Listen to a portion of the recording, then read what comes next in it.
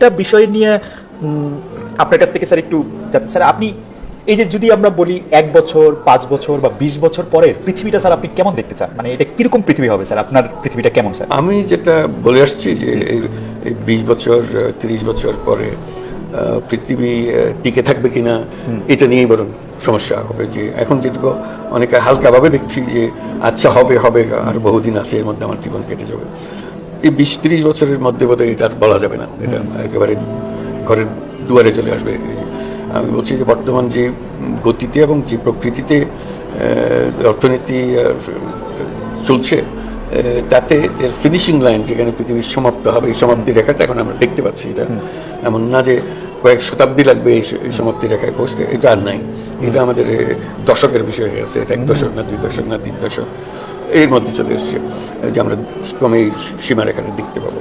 কাজেই পৃথিবীর ভবিষ্যৎ বলতে যে বোঝায় সেটা আমি বলবো যে খুব ভালো না, কিন্তু আমরা সেই অনুপাতে অনুভব করছি না। আমরা দৈনন্দিন কাজ করছি, ফুর্তিতে আছি, মাঝে মাঝে বলি বা গ্লোবাল ওয়ার্মিংয়ের কথা বলি। তা আমরা যে আমাদের বাড়িতে আগুন লেগেছে, জ্বলে পড়ে ছারখার হয়ে যাবে এরকম আগুন লেগেছে, কিন্তু বাড়ির ভেতরে আমরা ফুর্তি করছি, আমরা আনন্দ করছি, মাঝে মাঝে আগুনের কথাও বলছি। কিন্তু আগুন যে লেগে গেছে এবং সেটাকে যে নিভাতে হবে, তার জন্য সব কাজ বন্ধ করে সবাই একত্রভাবে গিয়ে এটা নিভাতে হবে, সেই অনুভূতিটা আমাদের কাছে আসছে না। যে যে তাৎক্ষণিক ঝাঁপিয়ে পড়া এই সমস্যার সমাধানে সেটার দিকে আসছে না। কাজে তার ফলে এই সমাপ্তিটা তাড়াতাড়ি হবে আমাদের। তা আমি যেভাবে বলে এসছি সেইভাবে বলছি, আমরা যে পুরনো সভ্যতা যেটা আমরা গড়ে এসেছি, যে সভ্যতার অংশ আমরা, যে সভ্যতা আমরা করেছি, সেই সভ্যতা হলো আমাদেরকে ধ্বংস করার সভ্যতা। এটার আর কোনো প্রতিকার নাই। এই সভ্যতা যতদিন আমরা থাকবো, শুধু দৈনন্দিন স্টেপগুলো নিতে থাকবো, পদক্ষেপ এগিয়ে যেতে থাকবো, যাতে করে আমরা সমাপ্তি পর্বটা কাছে নিয়ে আসতে পারি। এটা হতে থাকবো। তাই আমরা যে এইভাবে যদি আমরা ছেড়ে দিই, তাহলে আমাদের নিষ্কৃতি নেই।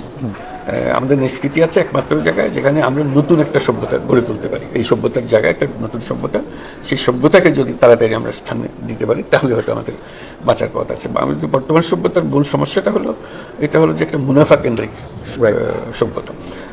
সময় মুনাফার পেছনে দৌড়ছে, মুনাফাকে ম্যাক্সিমাইজ করার জন্য দৌড়াদৌড়ি করছে। আমরা এটা মুনাফা অর্জনের একটা যন্ত্রে পরিণত হয়ে গেছে। আমরা মানুষ বলে যে পরিচয় আমাদের ছিল, সেই মনুষ্যত্বের পরিচয়টা আমাদের গুছে গেছে। কাজে নতুন সভ্যতা যেটা করতে হবে সেটা হলো মনুষ্যত্বের উপরে ভর করে এটাকে নতুনভাবে করতে।